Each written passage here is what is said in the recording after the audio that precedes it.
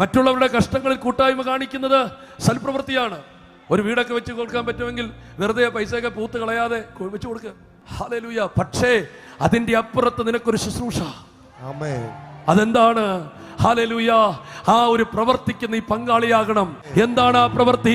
യെശയ്യാവ് 61 അതിന്റെ 1 പറയുന്നു, എളിയവരോട് സദ്വർത്തമാനം ഘോഷിപ്പാൻ ദൈവം എന്നെ അഭിഷേകം ചെയ്തിരിക്കുന്നു. എളിയവരോട് സദ്വർത്തമാനം ഘോഷിപ്പാൻ ദൈവം എന്നെ അഭിഷേകം ചെയ്തിരിക്കുന്നു.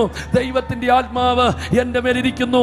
അതുകൊണ്ട് ഞാൻ എന്ത് ചെയ്യുന്നു? ഹൃദയം തകർന്നവരെയൊക്കെയും മുറിവുകൾ കെട്ടുന്നു, തടവുകാർക്ക് വിടുതൽ കൊടുക്കുന്നു, ബദ്ധന്മാർക്ക് ആമേൻ സ്വാതന്ത്ര്യം കൽപ്പിക്കുന്നു. യഹോവയുടെ പ്രസാദ വർഷവും അവന്റെ പ്രതികാര ദിവസവും ഞാൻ പ്രസംഗിക്കുന്നു.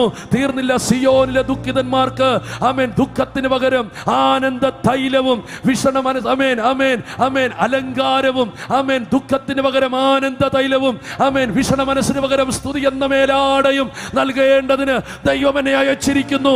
ഞാൻ ആത്മാവിൽ പറയാം, അവന്റെ പ്രവൃത്തി പൂർത്തീകരിക്കാൻ ദൈവം നിന്നെ വിളിച്ചിരിക്കുകയാണ്. യേശുവിന്റെ നാമത്തിൽ നീ ഇത് വിശ്വസിക്കാൻ തയ്യാറാകുന്നെങ്കിൽ നിന്റെ മേലൊരു അഭിഷേകത്തിന്റെ പകർച്ച ഇന്ന് പകൽ ദൈവം അയച്ചിരിക്കും. ഒരു ഉണർവിന്റെ പകർച്ച നിന്റെ മേൽ അയച്ചിരിക്കും. നീ നിമിത്തം ചിലർ വിടുവിക്കപ്പെട്ടിരിക്കും. നീ നിമിത്തം ചില കെട്ടുകൾ പൊട്ടിയിരിക്കും. നീ നിമിത്തം ചില രോഗികൾ സൗഖ്യമായിരിക്കും.